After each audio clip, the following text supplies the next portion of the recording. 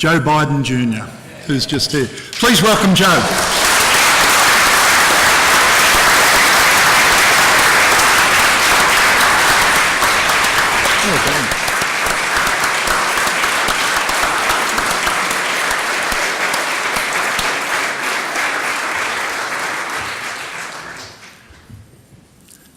So, Vice President, we were just talking about the colourful things that Ireland is known for, both the 40 shades of green and, of course, the colourful language that they use as great storytellers. More than colourful, it's real language. Yeah. It's real. I can relate to that. So, the Irish, like the Italians, don't rush things. Mm-hmm. So as Sue said to me before we got here tonight, she said, take things slowly. Yeah. So I've got a little story. The Spanish Minister for Trade met the Irish Minister for Trade and said to him, look, don't push things too hard. That's the Irish guy saying it, not the Spanish guy. Don't push things too hard. He said, we've got this word in Spain, mañana, which means tomorrow. Everything will be all right. And the Irish minister said, I'm sorry, but we don't have a word in Irish for such a sense of urgency. Is that true? That's very not true.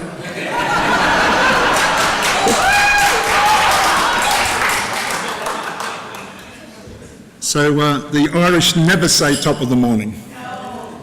No? We don't. That is true. We've been here a week and I haven't heard it once. Yeah. When somebody buys you a drink, this is a very Australian thing. If they buy you a drink, the expectation is that you will get the round in. Get the round. Yep. We call it a shout, they call it a round. Round, yep. So.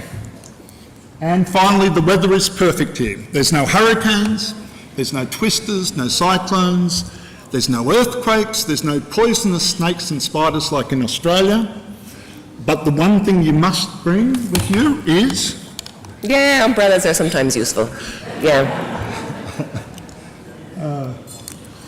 So one of the things that's quite interesting is Ireland has a word named after the fact that so many Irish moved around the world, and it's called diaspora. And it refers to the fact that the Irish have had an impact on many, many countries around the world. In particular, the US. 34.4 million people call themselves of original Irish stock. And I'm proud that Australia is third or fourth in that list. Yes, we sent a lot of our finest convicts to Australia, as you know. Yes. So coming to my background, luckily, we're very fortunate to have the ex-US Vice President here. And Joe comes from County Mayo through his mother. The two lineages that I found, the crests for Joe, are quite apt because tomorrow County Mayo, where he comes from, fights to break a curse. It's been in place since Joe was 9 years old, 1951. And I won't tell you about the curse. It's up to you to find out from our Irish guests tonight what that curse is. But Orla is going to do her very, very best to convince you that the curse should stay in place. Well, Mayo playing Dublin. I'm a Dub. Dublin colours are blue. Up the Dubs. Any Dubs? Yeah. And just to give you a clue, if you like to back the winning side, Dublin are going for 3 in a row tomorrow. So, all the best. There's a sign here, even on the slide projector, it's red and green. See the forward and the backward? Red and green. And Joe Biden's two family crests on his mother's side are red and green. In addition, they're playing for the Sam Maguire Cup. And here's the colours, red and green, of County Mayo and the 1951 winning side. Sorry, Orla. Mm-hmm. Okay. Why do I think that's interesting? Because the Sam Maguire Cup is of great relevance to me because my grandfather came from County Fermanagh and his name was Sam Maguire. Not the same Sam Maguire, but he was a South Sydney Rabbitohs supporter when he came to Australia because he took the colours of County Mayo and followed the jumper in the bottom, the Rabbitohs. And the story of the Rabbitohs are my team that I love, is that the red came from the blood of the rabbits that the poor used to feed the Irish in Sydney. The green is myrtle from the typical colour of what many think is the Irish national colour. Some think it's emerald green, myrtle, Yeah, shamrock green. yeah. It depends where you go. That's why they call it the 40 shades of green. So, finally, just to wrap up, an Irishman actually designed the White House. Sean's Bar's the oldest pub, for those of you who know my background. And the national symbol drives past you in the street every day. It's the Guinness trucks, it's the harp, not the shamrock. And finally, it takes 120 seconds to pour a good pint of Guinness, for those of you who like it.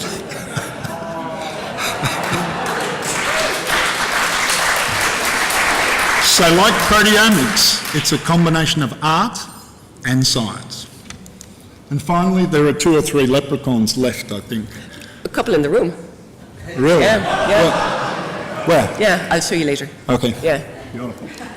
And finally, let's get down to business. So all that we're here to do what we love. We have great jobs. We have great jobs because we love what we do. We're expert at it. We get paid to do it. I mean, this is my hobby and I love getting paid to do it. But more importantly, we make a difference in people's lives. So many of you here are involved in the Human Proteome Project. It's a combination of looking at all of the proteins that are expressed by the human genome, a magnificent tribute to human collaboration. Plus, all of those proteins that are involved in human health and diseases shown in the second part of the slide. That collectively allows us to cover all of the proteins, including those that we know nothing about because we haven't focused on them. And what we've been fortunate to do is to focus on cancer, and that's what we're here for. We're focusing on the effort in the Human Proteome Project, specifically tonight on cancer. Hopefully in the future, cardiovascular diseases and other diseases, but this is our gala that's focusing on cancer. And we're lucky to do that through the moonshot and the efforts that have now been sprung off from the moonshot. And the beauty of the moonshot is all of that, any effort has been accepted under the umbrella. Yeah. Corporate, industry, NCI, National Cancer Institute, NIH, and those many people that's held their flags up earlier tonight. So thank you everyone. I hope you have a great night, and I'd like to thank all of those people who are involved in this international collaboration. And again, we are so delighted to welcome you to Ireland. We are so proud of the research that is going on in Ireland in relation to cancer, proteomics, personalised medicine. There is so much wonderful activity going on here. You will hear more about that during your time with us, and we hope that many very exciting links will arise from that time. So please enjoy the evening, and we'll come back later on when the speeches start. Thank you. So our first speaker, known to most of you in this room, is Dr. Mike Snyder, the HUPO president.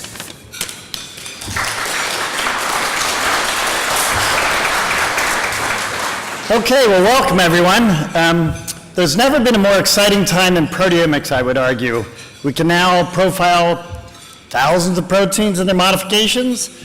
We can actually quantify them, which is also really nice. That wasn't so obvious before.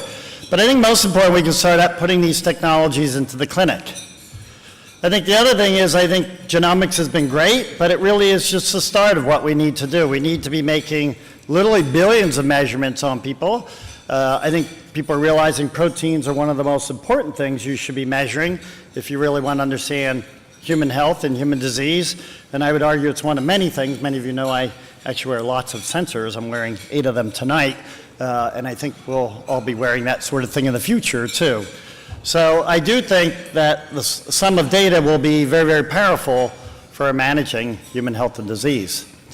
So I would also argue that HUPO is an amazing organization. So here's my plug for HUPO.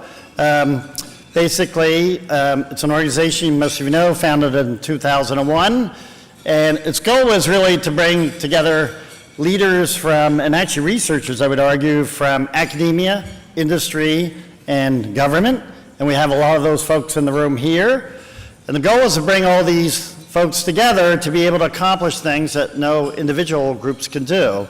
And I think it's been incredibly successful that way, about being able to invent new technologies, apply them, and really learn about human health and disease in a way that's never been possible before. And I think the field is making incredible strides that way towards human health and disease. And I would also argue that there's no better area to be applying these things to than cancer and the Moonshot Project, where we're trying to really bring these technologies to bear to help folks' health. And I think many of you don't have to look very far to see somehow the way our understanding of human health and cancer has evolved through these deep technologies we're using. I would also argue that the whole neoantigen field, the whole immunotherapy field, which has just emerged over the last few years, has been incredibly dependent, not just on the genomics, but probably more so on proteomics, where we need to understand the antigens that are showing up to be able to make appropriate vaccines for treating cancer. So I think the promises here are just enormous.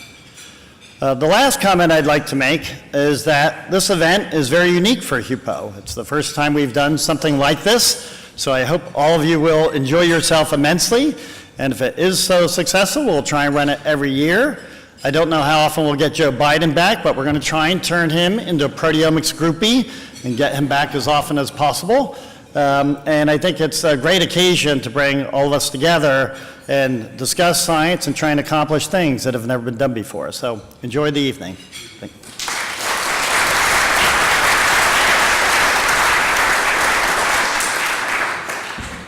Thank you, Mark. Mike, sorry. We're not, in interest of time, we're not giving big biographies of our speakers, most of whom are known to you so well, but I do want to say a word about our next speaker, Steve Pennington, the chair of the HUPO2017 Local Organising Committee, because as my colleague in University College Dublin, I have been very much aware of the enormous amount of work that he has put into this event, and the success of this evening and of the coming days is a testament to that. So I would ask you to give him a particular round of applause and to welcome Steve to the stage.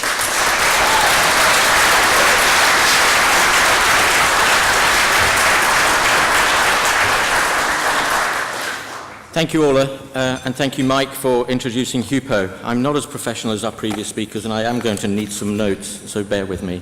I'd like to extend a very warm welcome. I know you've all been welcomed before, but I'd like to extend a very warm welcome to you all, and a special welcome to our guest of honour, Vice President Joe Biden, and the members of his family who've kindly joined us here. I'm conscious that many of you have come a long distance to be here, and we're delighted to have you as guests from all around the globe. I'm tempted to single out a few names, but I'm told that that's always really dangerous, so I'm going to live dangerously. I'd like to pay special thanks to Mr. E. Smith, the Charge d'Affaires for the USA, and to Simon Tu, the representative for Taiwan. Gentlemen, thank you for joining us in this spirit of global collaboration, because that's what this evening is about. It's global collaboration. So thanks to Mike and the Executive Committee of the Human Proteome Organization, for the last 2 years I've had the huge privilege of serving as the chair of the local organizing team for this HUPO2017 Congress that begins tomorrow in the Convention Centre in the centre of Dublin. It's the 16th World Congress of the Human Proteome Organization. There are going to be 1,350 individuals, delegates attending, just under 200 talks, 750 posters for 3 days of science. And our objectives in organising the Congress were to provide an opportunity to consolidate and record the achievements in proteomics, to embrace forward-looking perspectives in the evolution of the field, and to try and engage new constituencies to create new scientific opportunities and business opportunities. So tonight is in part a celebration of the advances that we've made in the proteomics community, but also I think it provides us an opportunity for us to take stock and step back and re-evaluate that progress, and in so doing, hopefully, redouble our determination to accelerate the pace of cancer proteomics and the translation of those efforts to patient benefit. And so it's with a huge pleasure that I extend a very special and warm welcome to those cancer patients who have joined us this evening. Thank you.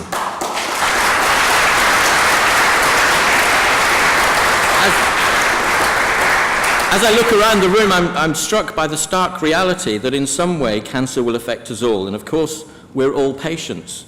There is no them and us, and cancer certainly doesn't discriminate between us. It chooses not to. And like many of us, I've lost close family members to cancer.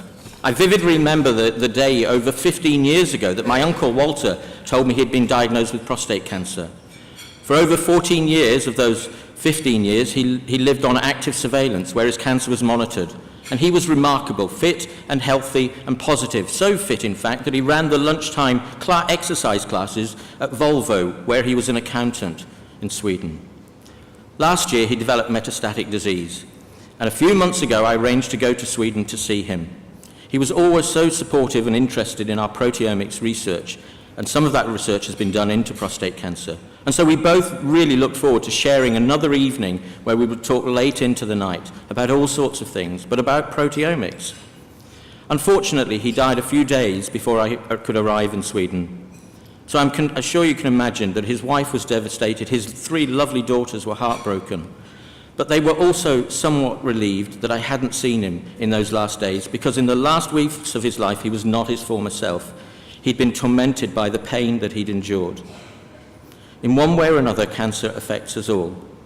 So I left that trip to Sweden more determined than ever to progress our proteomic research, some of which we're attempting to do through a very small company that we've started called Churros.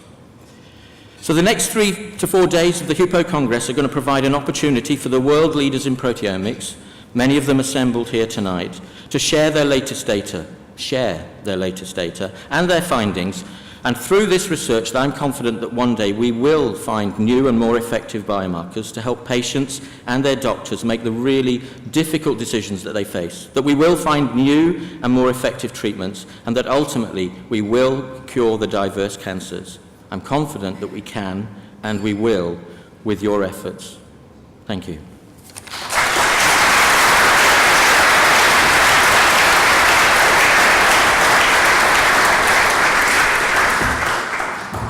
Thank you, Steve.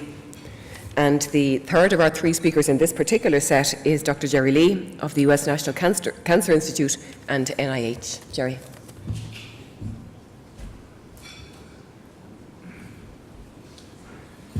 Well, thank you, Steve, for bringing notes, because then I can bring notes. No, but on behalf of the National Cancer Institute, as well as my boss, the acting NCI director, Doug Lowy, I'd like to extend a warm welcome to everyone here. Doug sends his regrets for not being able to join us, but he and his colleague, Dr. John Schiller, were honored yesterday by the Lasker Foundation for their seminal work in technology advances that enabled the development of an FDA-approved HPV vaccine that prevents cervical cancer and other cancers caused by human papillomavirus. I just wanted to take a few minutes to tell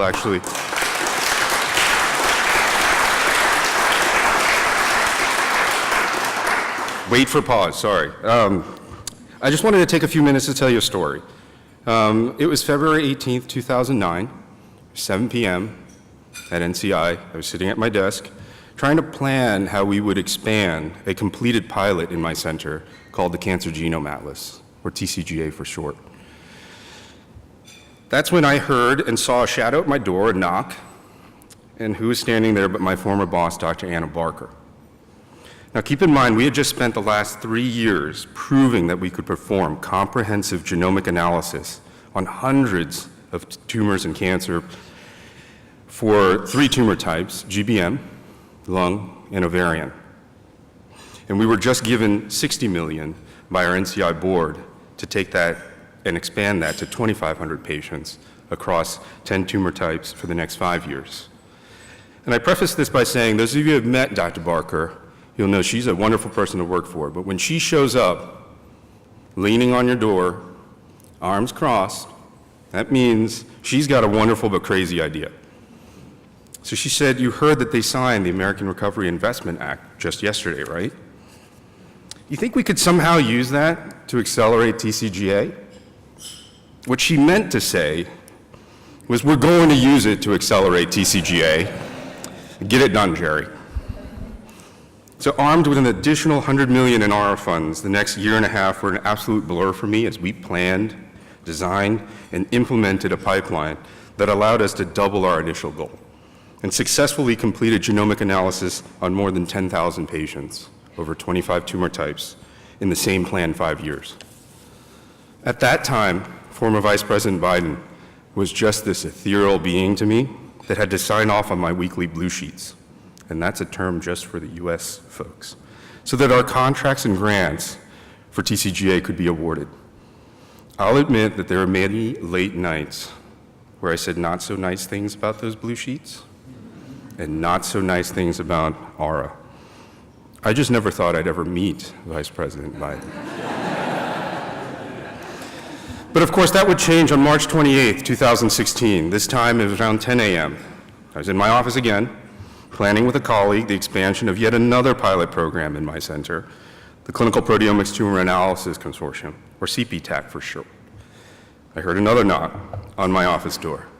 Like in 2009, we had just spent 3 years proving that we could do comprehensive proteogenomic analysis on hundreds of TCGA patient samples this time in breast, ovarian, and colorectal cancers. But we're only given $20 million from our NCI board, a third of what we received in 2009 for genomics, to characterize an additional 1,000 patients across 5 tumor types over the next 5 years. I was a bit worried because we had just seen Australia's ProCan announcement saying that they were virtually going to do the same thing, but in a cohort of 70,000 patients. This time I was a bit surprised that it was Doug Lowy at my door, because usually I'm the one that's knocking on his door with crazy ideas. He pulled me aside and he said, "So you've heard about this cancer moonshot? The Vice President's team have asked us to reassign you to help them." It was the day that Team OVP unknowingly signed up to hear about proteogenomics for the next 10 months. Every single day. But on a serious note, I'm forever grateful to former Vice President Biden for letting me serve as his Deputy Director for Cancer Research and Technology on his task force, for lending his voice to extend NCI's commitment to data sharing by helping us launch the NCI Genomic Data Commons, coincidentally filled with the 10,000 patients worth of TCGA data that his ARA effort helped get and accelerate, for helping to convince several U.S. agencies to think about proteogenomics, most notably the Department of Defense and the Veterans Health Administration, to build Apollo, our nation's first discovery to delivery proteogenomics cancer care effort housed at VA and DoD hospitals.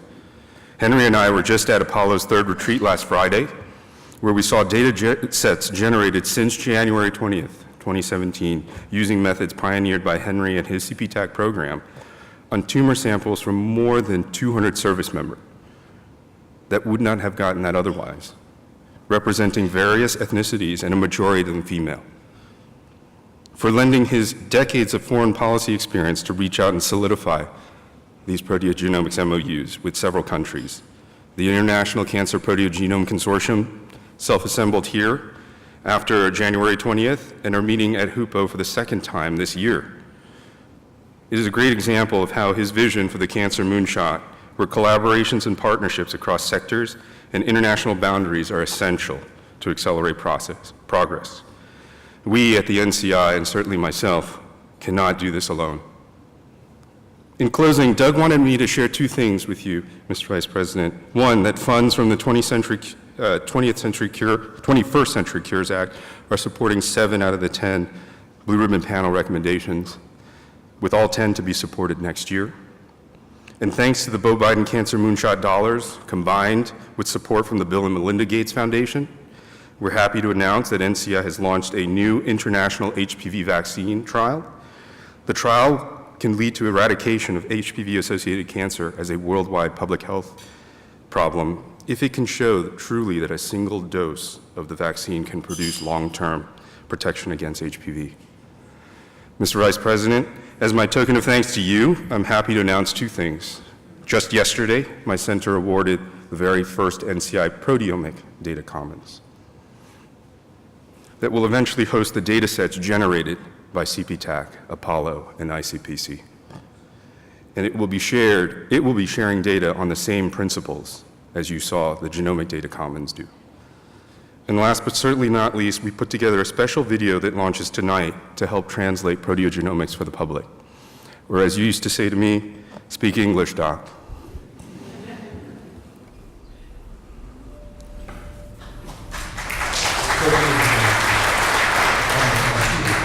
Precision medicine.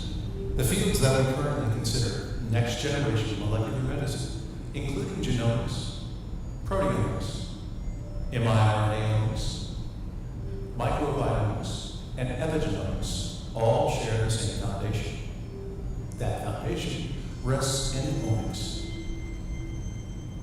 which is an informal term used to describe a comprehensive study of the biological components of a cell at the molecular level.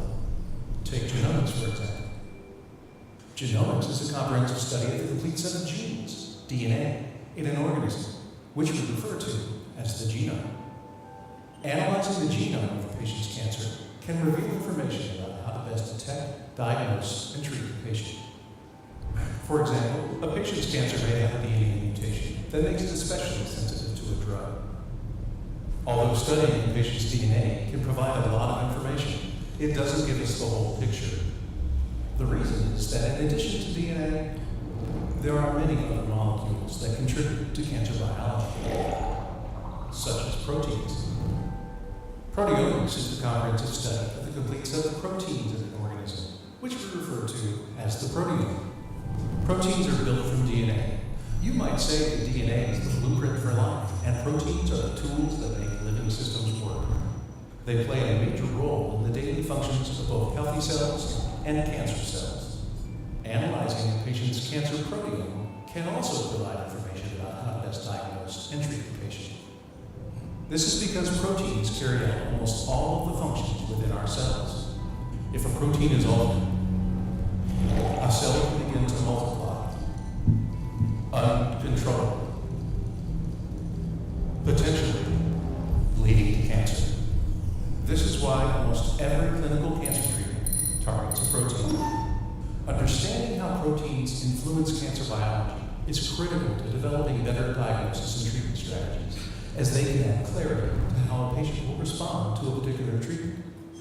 In the past, researchers often studied patients' cancer genomes and proteomes separately.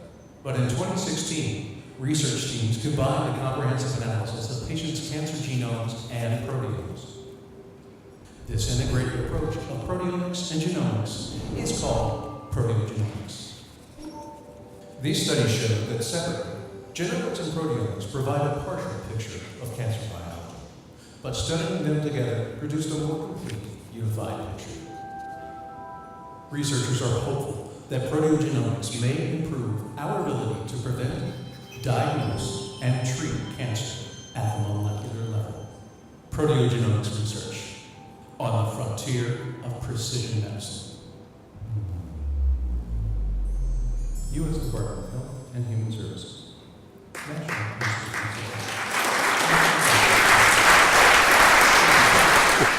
I don't know who the hell he's talking about. Folks, you know, I think your physical constitution exceeds your mental acuity and judgment to sit here this long. Even in Ireland, having this many speakers and being the last speaker is a bit of a challenge. I want you to know before we begin, I will talk a little bit of Gaelic football. Mayo will win tomorrow. The curse is about to end, and I expect full credit when it does. My great-grandfather, Edward Francis Blewett, who was a mining engineer in Scranton, Pennsylvania, and the first Irish Catholic ever elected to the state senate in Pennsylvania in 1907, formed an organization when he was brought over by his father as a one-year-old in 1851. And he formed an organization, it was the largest Irish organization in the region, called the Sons of Mayo. So he would come down and strike me dead if I did not support Mayo. I want you to know that.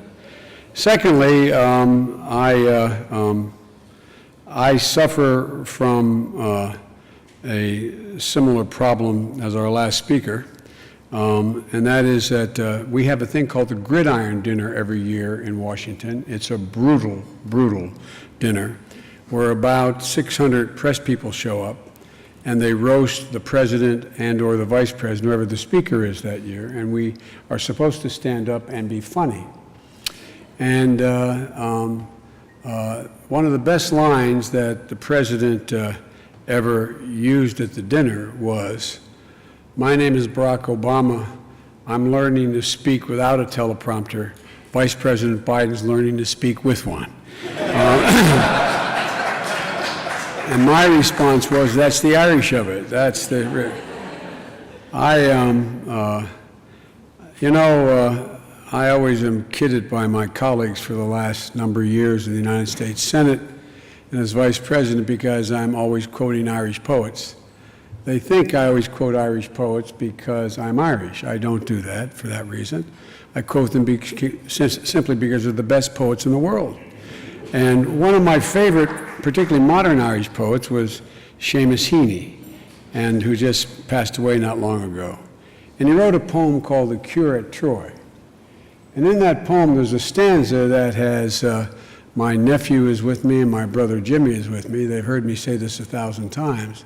But I think captures my sense of optimism about what's possible in the year 2017.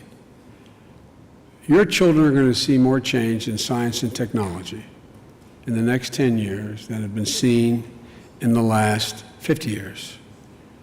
You are going to be flying, if you live another 20 years, 20,000 miles an hour subsonically. You are going to be having your grandchildren vaccinated against multiple forms of cancer when they go in to get their shots for measles and mumps to go to school. You are going to see some amazing, amazing, amazing changes. And Heaney had a line in The Cure at Troy that I think best characterizes where we are today. And it goes like this. He said, "History teaches us not to hope on this side of the grave, but then once in a lifetime, that tidal wave of justice rises up and hope and history rhyme." And I can't be with any more prominent group of people who may be responsible for making hope and history rhyme than all of you in this room today. And I mean that sincerely. I allegedly am an expert on foreign policy. An expert's anyone from out of town with a briefcase. I do not have a briefcase with me. I have spent an awful lot of time allegedly being very knowledgeable about constitutional scholarship in my country, in the United States Senate.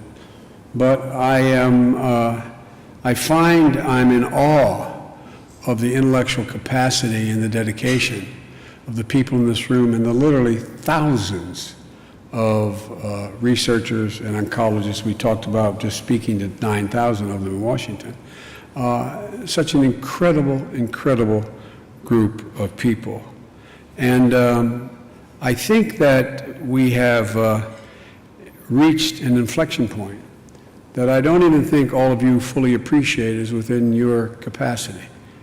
I don't have any. I became a lawyer and vice president because I wasn't competent enough to become a scientist.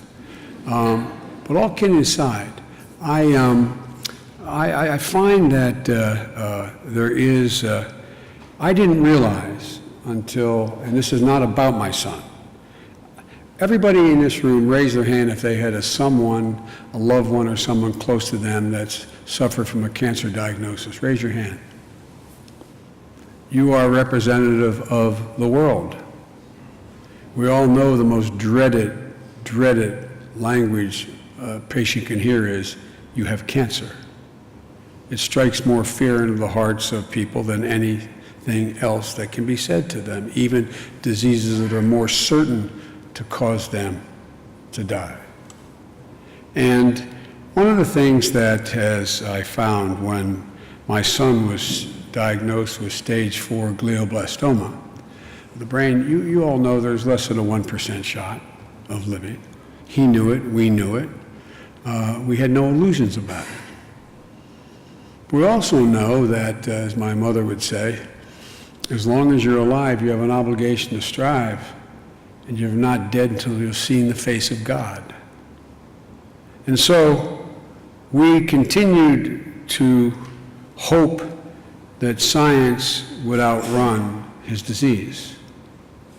like all of you do if you've lost someone to cancer. And one of the things that I found out, I say, and thanks to Henry and to you, Stephen, for your team's work to bring this event, these researchers from across all nations together to deal with this disease. One of the things I didn't realize, because I had the capacity as vice president to command an awful lot of resources. And one of the things I found is when you're president or vice president, there's very few people who don't return your phone call from anywhere. I mean that sincerely. And I took advantage of it because I wanted to learn as much as I could about, like all of you did, even if you were not specialists in the field, all you could possibly learn about the disease who someone who was your soul was suffering from. And I was amazed to find out a couple things. I was amazed to find out that we had reached an inflection point probably then, 2 years ago, 5 years before that for the first time, where science and technology were actually beginning to harmonize in a way that had never occurred in cancer research before. All of a sudden you brought immunotherapy out of the wilderness. It was a voodoo science the previous 30 to 40 years. All of a sudden there were collaborations and disciplines from chemical engineers to biologists to immunotherapists to a whole virologist that hadn't been working together before. And I thought to myself that meant, well, there's some increased hope here. And so what happened was I tried to learn as much as I could, as quickly as I could. And one of the things that I learned was when Richard Nixon declared the war on cancer, you have to be 30 years old to be a United States Senator. I was elected when I was 29. I had to wait after I was elected to be eligible to be sworn in. And it was in 72 when he declared the war on cancer. I was elected in 1973, or sworn in 73.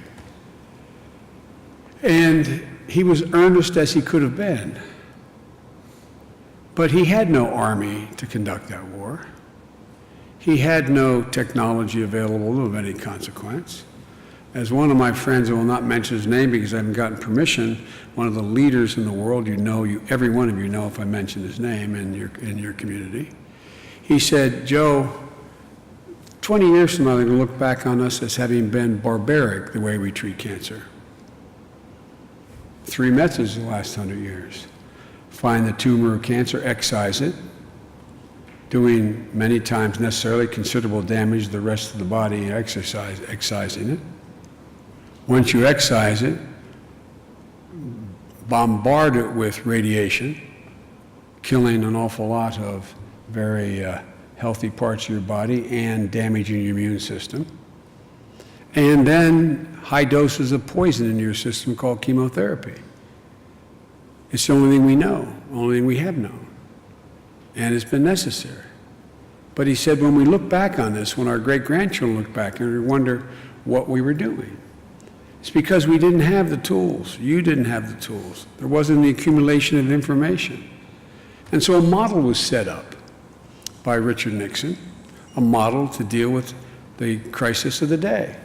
At that time, you all know better than I, people thought there was a single cancer that resided in a different part of the body, so breast cancer or colon cancer or prostate cancer or brain cancer. They were the cancers, not realizing that the same cancer genome may be in each of those places at the same time. But what happened was, at the time, the model was Jonas Salk in a laboratory finding a cure for polio. It was the single individual was going to find that key to what it was to cure this cancer. And the entire system in terms of allocating research grants to education was set up based on that model. And back then, hospitals didn't share a single bit of information. They didn't have the capacity to share. They didn't have the tools, didn't have the technology. But 47 years later, we're in a completely different world. After decades of funding and research, training of scientists, physicians, treating millions of patients, we now have an army. And we have powerful new technologies and tools.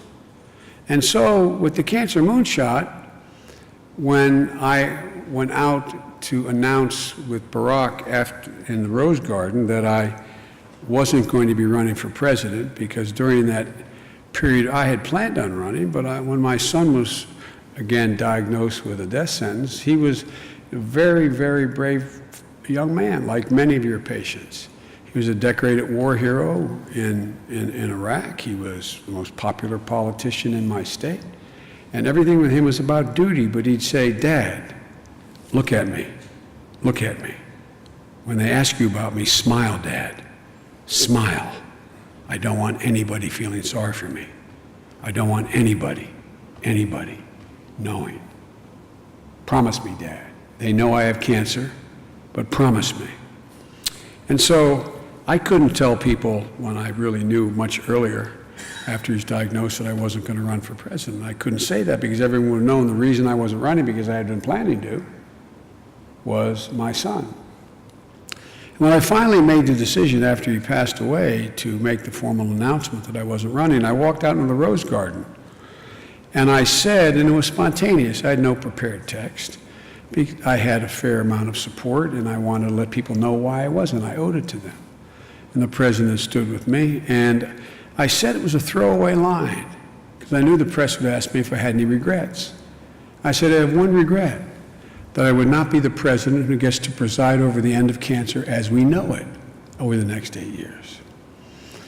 Out of that, without telling me, Barack announced at the State of the Union that he was giving me control of the federal government. I mean, literally control, not semi, control of all the elements of the federal government that had anything to do with cancer and cancer research, and to coordinate with the private sector. And he called it the moonshot. I almost wish he hadn't called it the moonshot, because like, here we go again, and we're doing this all over again.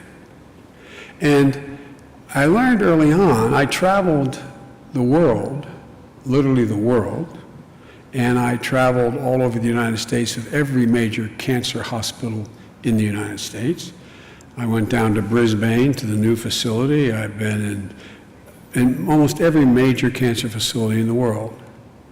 And my purpose was to find out what were the impediments that existed at the federal level in our organizing this effort, and what were the impediments that existed among all of you experts in terms of getting in the way of making more progress. And I found there emerged a consensus, usually private consensus, that people wouldn't say publicly, that there was very little collaboration, very little sharing of data, and we had powerful new tools. Our Department of Energy has developed a computing capacity of 1 million billion calculations per second. Mark my words, I say it here, within 3 years it will be 1 billion billion calculations per second. An enormously powerful tool in your hands if you can aggregate data in the hundreds of thousands and millions. It would take 20 Nobel laureates 10 years to do what can be done in a matter of minutes in the next 10 years. And so one of the things that I laid out in the report, presumptuous of me to say this, some of you may have read the report that we finally issued after a year and a half, a little over a year and a half. I laid out 2 primary goals. First one was to inject the urgency of now into this fight, the urgency of now. To double the rate of progress in the next 5 years would otherwise take 10 years to do. And 2, which offended a lot of you in an editorial sense, is to change the culture. Change the culture. Come up with a new strategy for a new fight based on what we now know that you all have developed over the last 47 years. Not the last fight. When cancer research and care system was set up, as I said, there were no mechanisms to share, no capacity to share. And the model was viewed as totally different than it is today. And so in updating this strategy, we were able to put together at the NIH, in the Cancer Moonshot, two elements. One, all the elements of the government that could have any impact on the fight on cancer. And I remember the first meeting I called with NIH and the National Cancer Institute. I also included NASA. They know more about radiation than you will, they've forgotten more than you will know. They'd never been engaged. They'd never been involved. Decided to bring in the Department of Energy. They'd never been involved in the fight, never been engaged, and I could go on. And it met with initial resistance until everybody realized I had the power to fire people there. No, I'm not joking. Remember the one guy who said, I asked him how long it would take to put an assistant secretary in place for one particular cancer office? And it was March the 7th, I remember, and he said, by the end of the year. These guys, remember, I looked at my watch, I said, it's the 7th, it's 10 minutes of 10. If you don't have it done by April 1st, you're fired. Well, son of a gun. It was done by April the 1st. Because it's the urgency of now. The urgency of now. So we were overwhelmed by public interest in the moonshot. The desire of people everywhere to be part of it. We had a Cancer Moonshot Summit at one of the local universities, Howard University in Washington. 400 people, providers as well as advocates, but the scientific community attending. We had over 7,000 people join in nearly 300 individual summits in every state in the nation, including Puerto Rico and Guam. In that moment, I believe the moonshot evolved from a program to a movement. And the result of the movement is we've been able to identify and grow new approaches to data sharing, clinical trials, access to care, and prevention programs. Not because your collective professions do not care, but we're in a mindset of not using all the tools available. For example, as you know, in the United States of America, 4 out of 10 people diagnosed with cancer, 4 out of 100, qualify for becoming part of a trial. Try going on and finding where the trial is if you're a brilliant oncologist in the Midwest, not near a great cancer hospital. You're diagnosed exactly right what it was, but try to find a trial. And I was told tonight, we don't know how, we're not sure how to do this. So I went and got a group of brilliant young folks from Silicon Valley. Said, can you put together a website for me? In 6 weeks, at a website where you could speak plain English into it, describe your cancer, either your doctor or you, and find out every single trial that existed in the nation and the ones nearest to you. It was interesting. So the drug companies are currently testing, for example, hundreds of promising new early research drugs. Growing a number of them have targeted specific tumor genomic signatures. That's why through the moonshot, the NCI, I complained about it, I raised it, but NCI came up with the answer. We set up a drug formulary.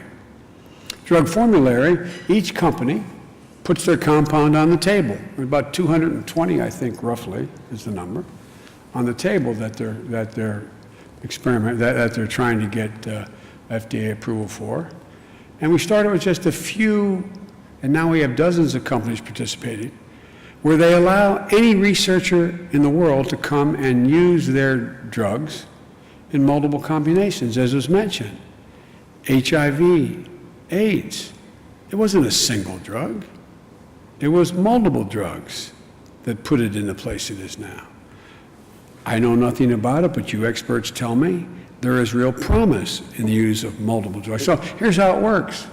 When you go into a bar here in Ireland and you want to play a tune in a jukebox or anywhere else where you live, you don't need a separate licensing agreement to play any of Bono's songs or Coldplay. You just It's already negotiated.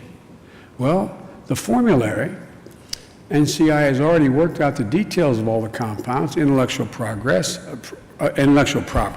access, and licensing, a process that would otherwise take years for researchers to be able to get, because it would take somewhere between a year and 3 years for any one of you to try to get the compound from 3 different companies to be able to use them.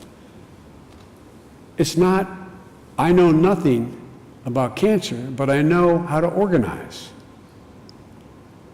So the Cancer Moonshot also initiated the blood profiling atlas pilot, now being called BloodPack. Representatives from government and academia talked to me, pharmaceutical industry, diagnostic companies. They launched this partnership to open a database for liquid biopsy, blood draws, to accelerate the development of safe and effective ways to detect, track cancer development, treatment, and from signals in the blood. You all understand the science behind it. But up to this point, there wasn't any overwhelming international collaboration. The Cancer Moonshot didn't just make an impact in the United States. You and many of your colleagues across the world answered the Moonshot call to action. In April 2016, I delivered remarks at a conference of regenerative medicine hosted by the Vatican that the Pope addressed as well.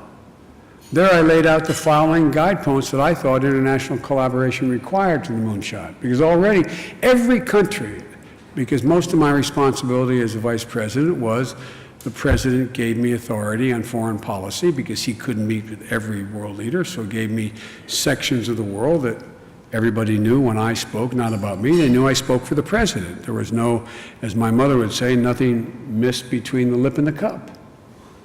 I was sitting with MBZ in Dubai on the Mediterranean talking about ISIS.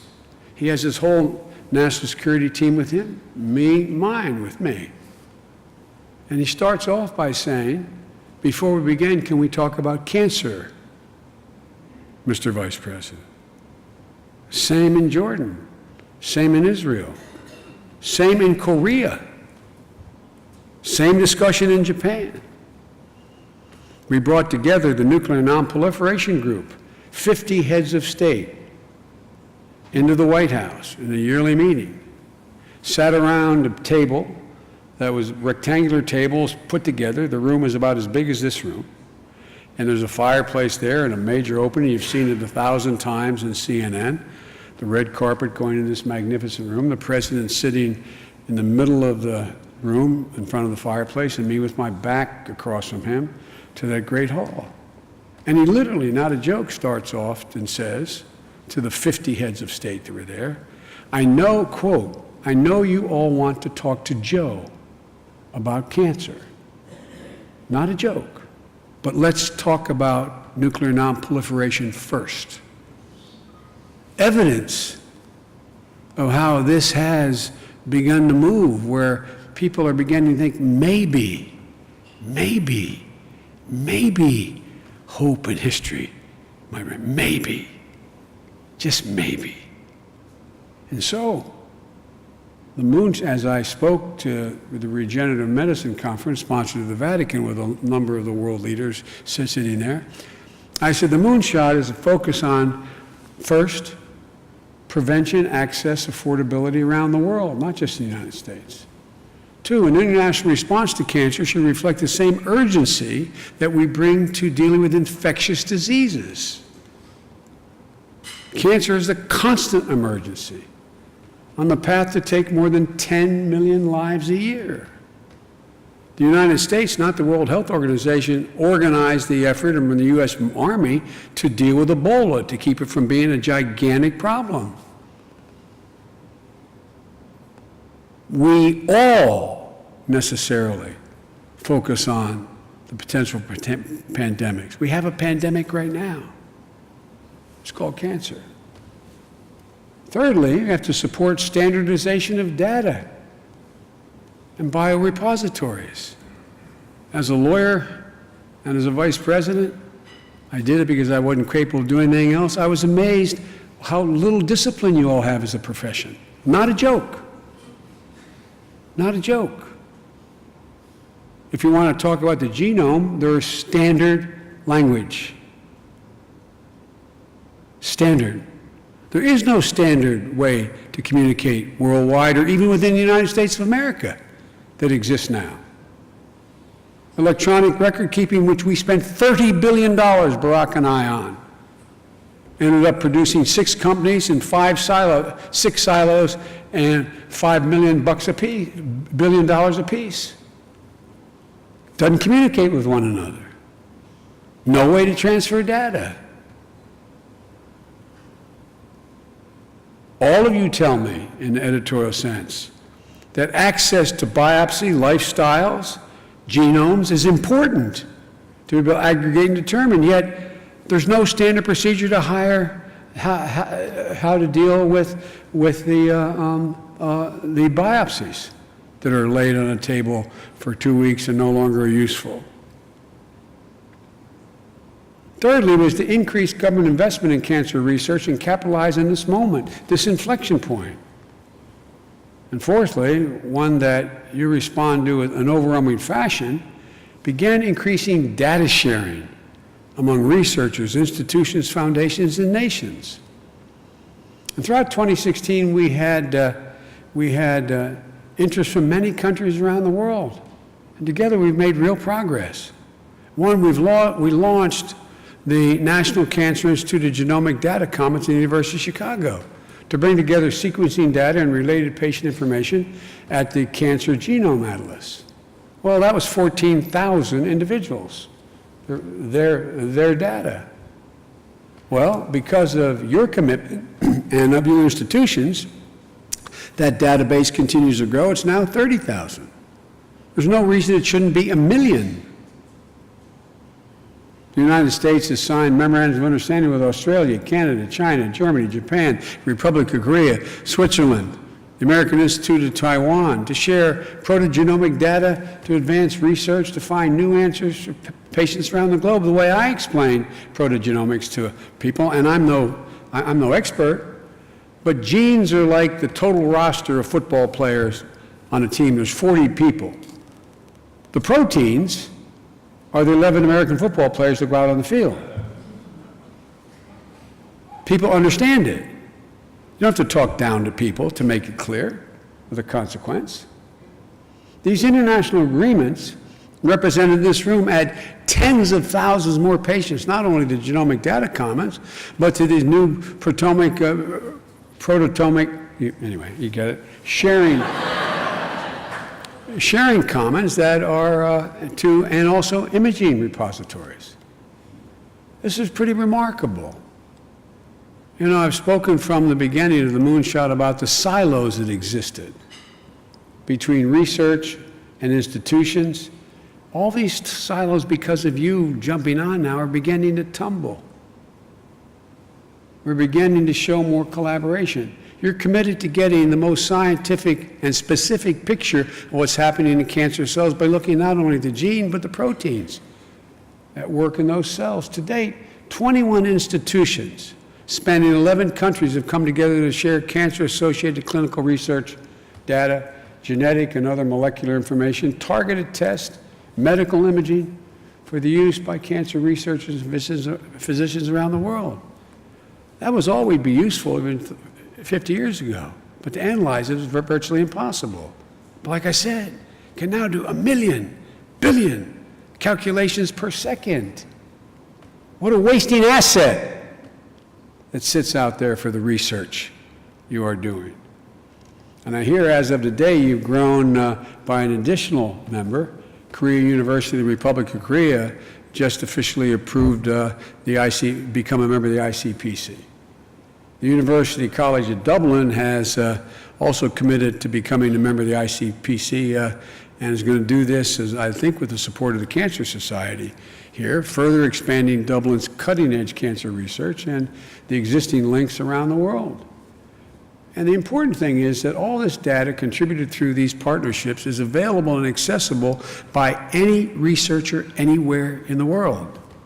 What shocked me when I tried to learn more about this when the president gave me this authority was, you know, if you come to the United States, if you get a grant from NASA to study the 7th ring of Saturn, and you get a $50 million grant, by the time you finish that study, whether it's a success or failure, you must publish it for the whole world to see, even if it has national defense implications.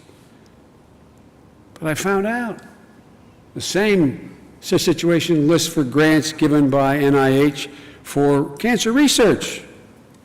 Well, guess what? Close to 80% never publish. When you publish behind a $120,000 a year publication. And you don't publish failures. So one of the good things the president did with me was, because I'm a bad guy, I guess, is he gave me a lot of authority. So I put in place a provision that said that for every day after you finish your study, if you don't publish it, you will be personally fined $10,000 a day. Well, guess what, everybody, as they say in the southern part of my country, where they talk at you like this, you know what I mean? All of a sudden, the boy saw Jesus.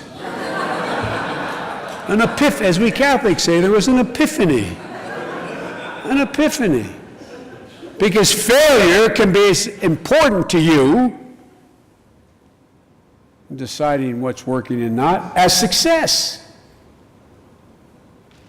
In addition to the data sharing collaborations we announced as part of the Moonshot, 3 new MOUs with Japan, Serbia, and Sweden, focused on advancing cancer research and care through greater collaboration. The National Cancer Institute, partnering with those countries and recommended areas and topics of joint workshops, development collaboration, research project, facilitate an expedited review and clearance of collaborative proposals.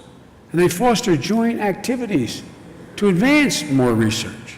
Thirdly, we created a network of regional centers of research excellence that are going to support partnerships with low and middle income countries to establish regional hubs to coordinate basic, transitional, clinical, and population science research relevant to that region. The first set of 6 regional centers and research excellence will first, there's a large population-based breast cancer cohort in Vietnam that's being set up. 2, we're strengthening the management of data of breast cancer and hypertension in Botswana and South Africa. 3, we created a regional resource for cancer pathology and trauma surgery in Malawi. We developed infrastructure to examine cancer and diabetes in Colombia, Costa Rica, Guatemala, and Mexico. These are all being set up now. And we're building a pathology-based cancer registry to study breast and uterine and cervical cancers in Bangladesh. We established a countrywide clinic-based method to prevent and control breast and oral cancers in India. And finally, the U.S. Department of State has agreed to heighten and identify, if it ever, I shouldn't get into politics. Anyway.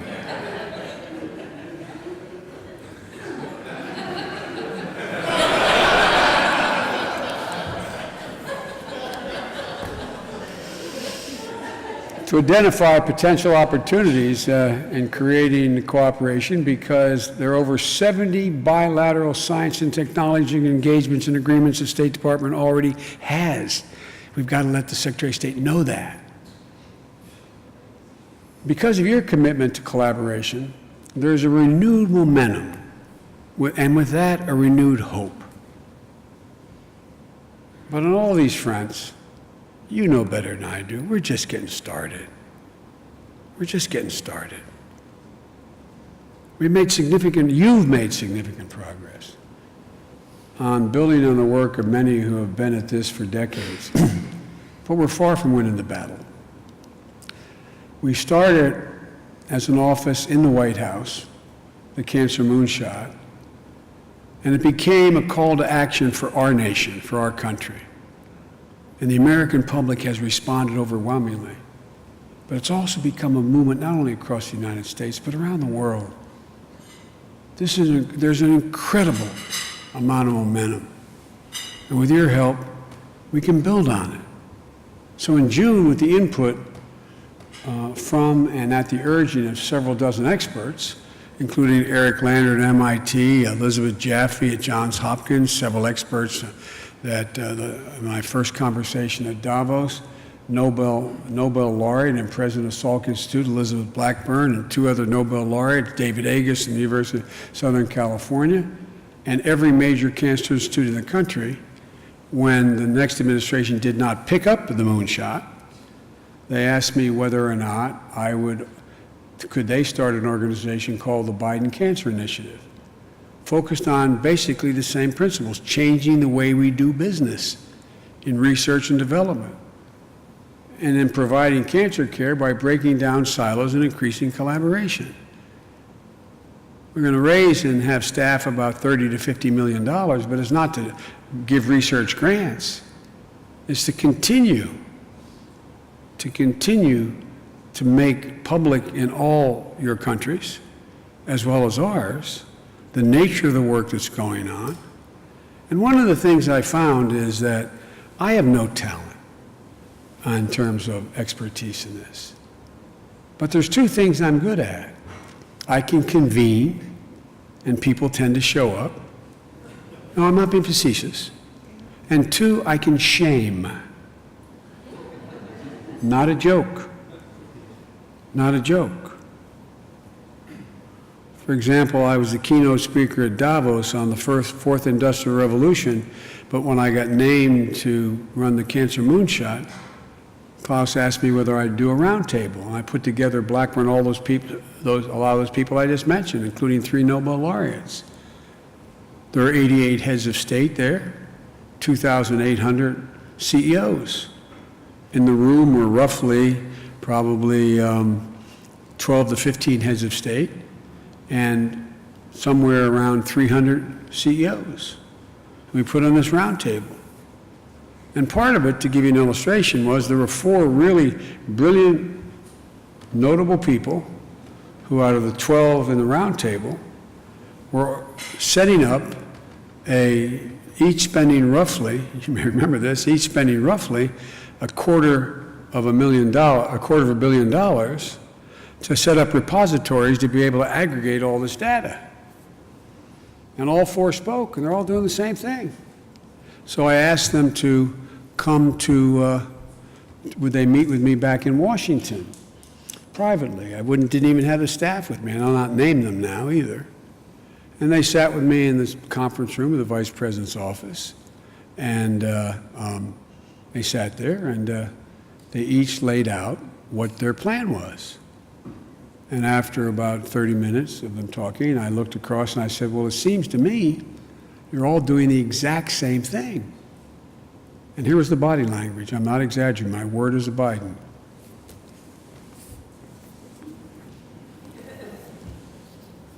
So I asked for a coffee break.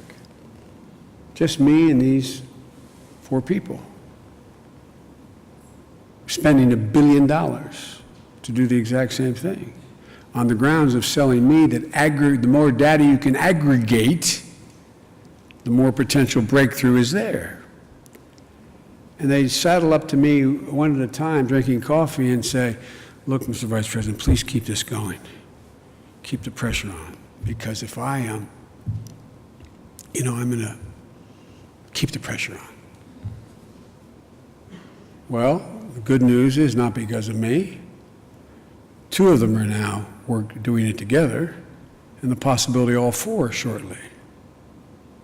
I spoke to the organization, what's it called? The research organization at home.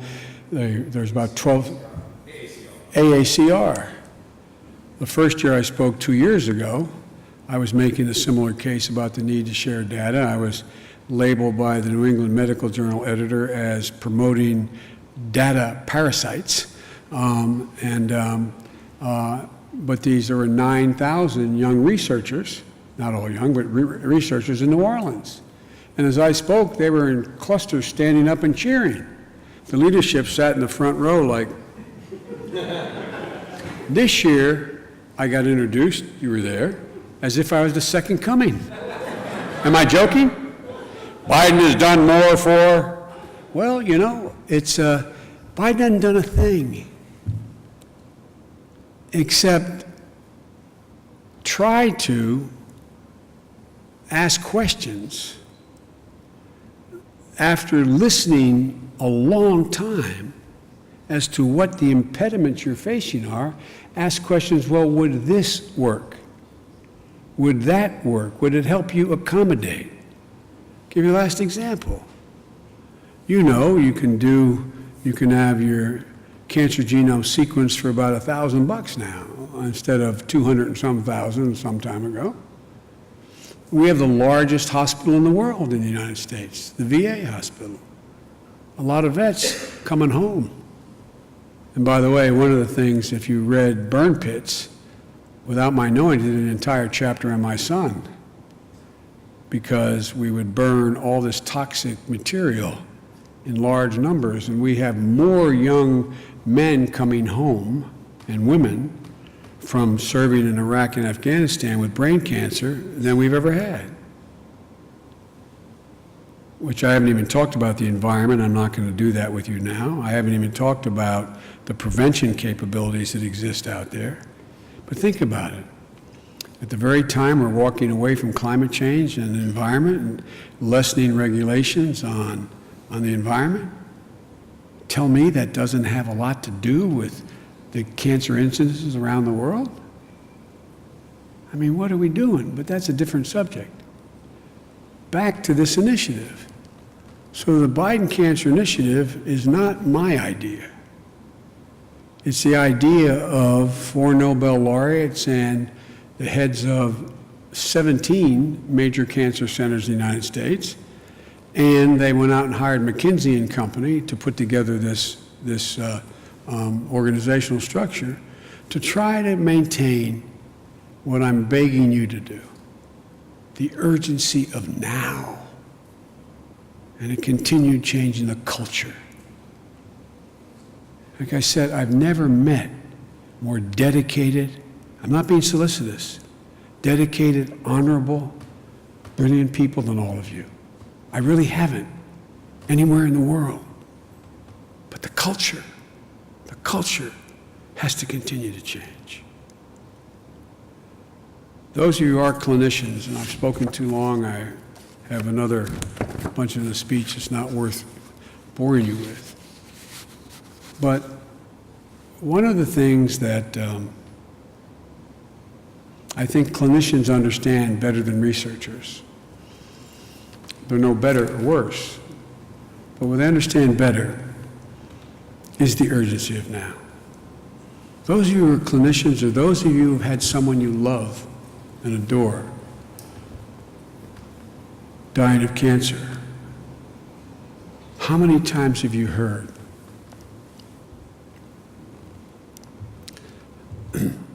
Doc, can you give me just 4 more weeks?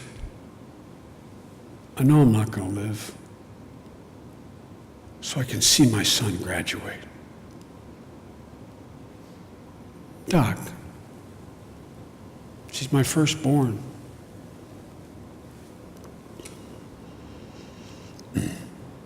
Sorry. She's my firstborn. She's about to have my first grandchild. Let me live just long enough to hold her. Just let me live long enough. They're not asking to be saved. 50% of your patients who end up dying, they're not asking you to save them. They're asking you, give me just a little more time. Just a little more time. We can do that right now if we collaborate more. Without one single solitary new breakthrough. We can do that now. I got a call, and I end with this, for the chairman of IBM. We've been working very hard with NIH, have done an incredible job working with the Department of Energy and working with the Veterans Administration. Every single vet coming back or not coming back diagnosed with cancer, and gets their genome sequenced quickly and really well. So you know what I got from the chairman of the board of IBM? Mr. Vice President, would you like Watson, the supercomputer? Watson has read every single solitary thing that has ever been written about cancer.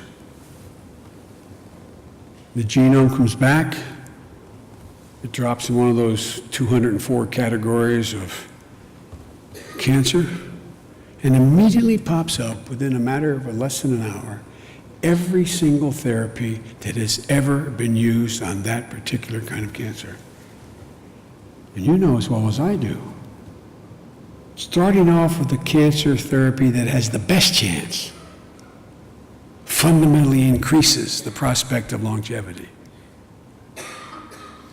By the time my son, again, not about my son, it's happens to others, at the very end, they decided to use anti-PD-1 and inject an adenovirus into his brain.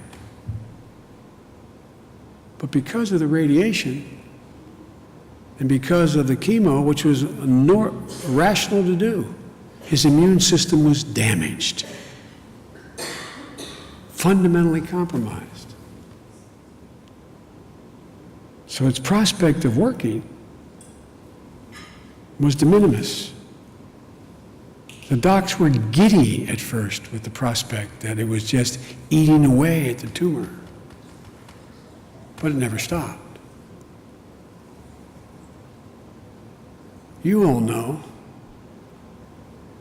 the most promising therapy used first increases the prospects, at least of extension. So guys, ladies, you're a remarkable asset to every one of your countries. I mean, you really are. You are an enormous asset. But this knows no boundaries. This knows no boundaries. So I beg you, continue to work together. Increase that collaboration. And if my mom, Catherine Eugenia Finnegan, were here, she'd look at y'all and say, you're all doing God's work, and thank you for doing it.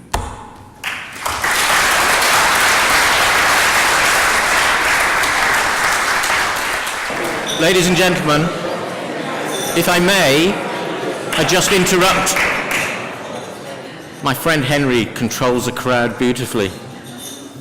I'd just like to say a few thank yous. First of all, thank you to all of you for being here this evening and making it what I think has been a very special evening. I'm not sure it's one that we could easily repeat or we would necessarily want to repeat, but I'm sure it might mark the start of similar evenings in the future. I need to say a big thank you to a few people. Firstly, to the sponsors who've made this evening possible. There have been a number of those who've come on board very, very quickly to support this event. And you've seen the slides, and you can see them now, of those individuals and companies that have made this evening possible. So thank you.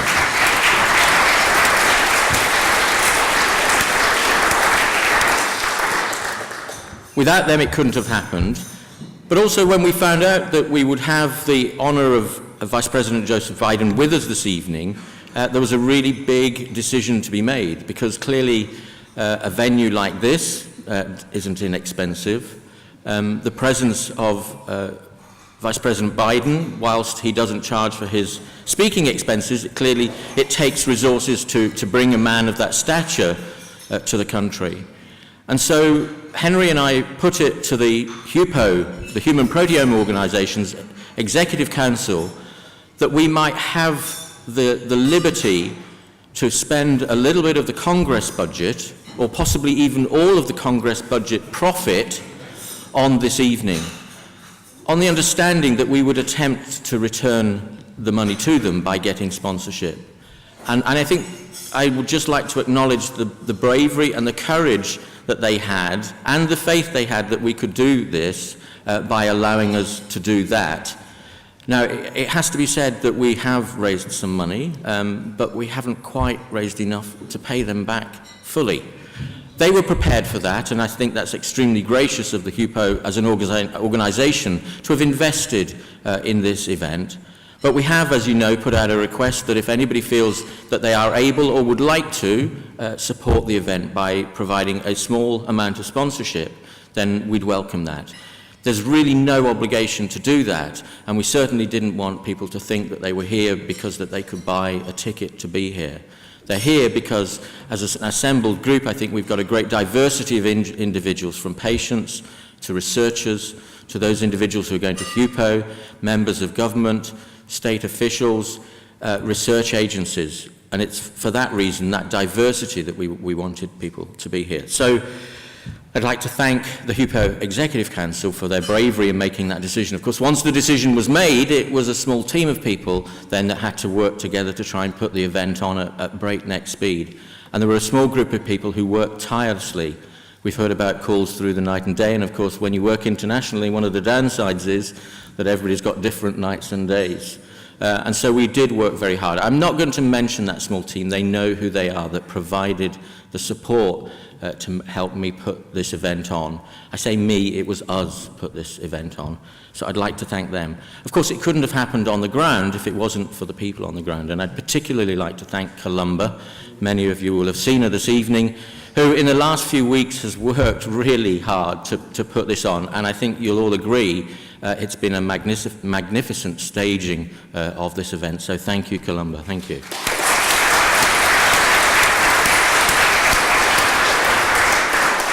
It's a wonderful venue, and we've been supported in the venue by the staff here, and the staff have been magnificent, from the guys at the front of house who've looked after us and organised it, to all the catering staff, both in the kitchens and who've served us this evening, so I think it beholds us to thank them as well.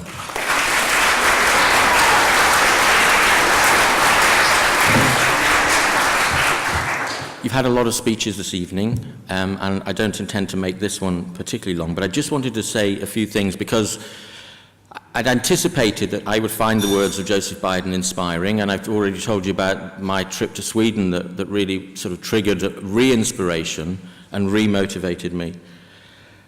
And we've heard tonight of how some of the serious proteogenomics efforts are driving forward our initiatives in cancer research. And over the next few days, we're going to be meeting again, some of us, in this fantastic forum of the HUPO World Congress, and I'm really looking forward to the next few days. I think some of you know, maybe, about my younger sister Adele. I talk about her quite a lot because I'm very proud of her, and she's as passionate about climbing mountains as I am about cancer research. So Adele has twice summited Everest, and on each occasion she took her little teddy bear, Ted, she's not got a great imagination, with her. And she's the only UK woman to have summited Everest twice. So I think to stand on top of the world and survey the world around you must be an amazing experience. But I hope that maybe from what we've heard tonight, and maybe we've been sufficiently inspired, that one day someone, it probably won't be Adele, might stand on top of Everest and survey the world, but survey a world in which cancer has been defeated. A world devoid of cancer, or at least those cancers that people do have, can be managed and they will survive them. That seemed to me, sort of when I was writing, there was sort of a bit of an unrealistic aim and intention, but I think from what we've heard this evening, you can certainly hear that people at a very senior level have the same desire for that to happen. So, ladies and gentlemen, I'd like to close this evening's dinner and thank you all for being here tonight, making the evening very, very special. And as I'm sure that as you travel to your homes and some of you to your hotels, you'll, like me, have been moved by Joe Biden's words. I think probably now it's our duty to hold on to those words and in whatever way we can, in the different ways that we operate, convert them into action. Convert them into action now. Good night.